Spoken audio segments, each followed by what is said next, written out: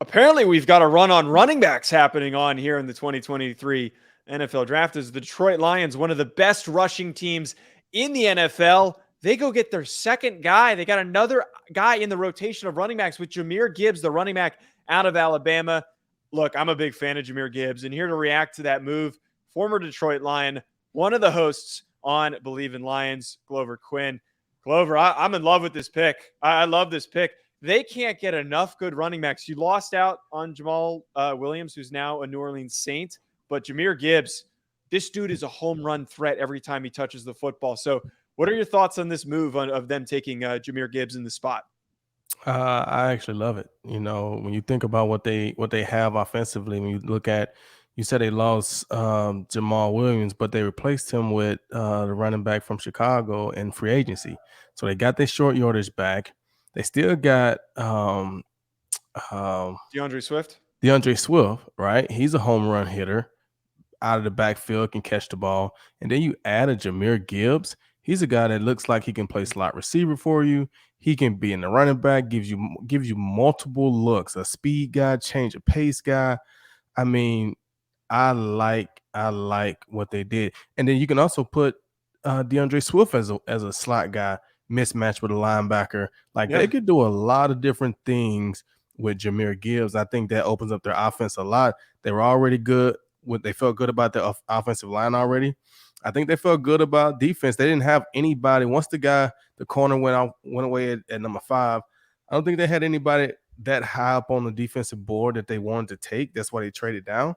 And I think they're happy with a lot of the guys they have.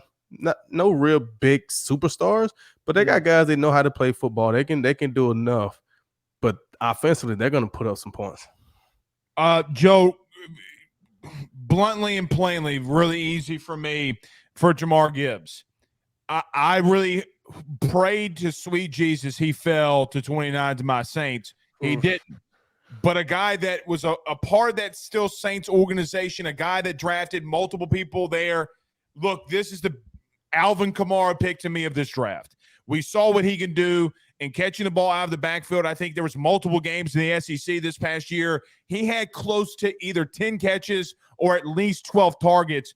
The guy is just a good runner in between the tackles. He's got a lot of speed, and then he can catch on the outside. I think the Lions just got their Alvin Kamara. That's how high that I've been on him. So what a fantastic pick by the Lions. And my man Dan, come back. Please come back to New Orleans. That's all I ask. Just come back to New Orleans, Dan. That's all I ask. You know what I mean?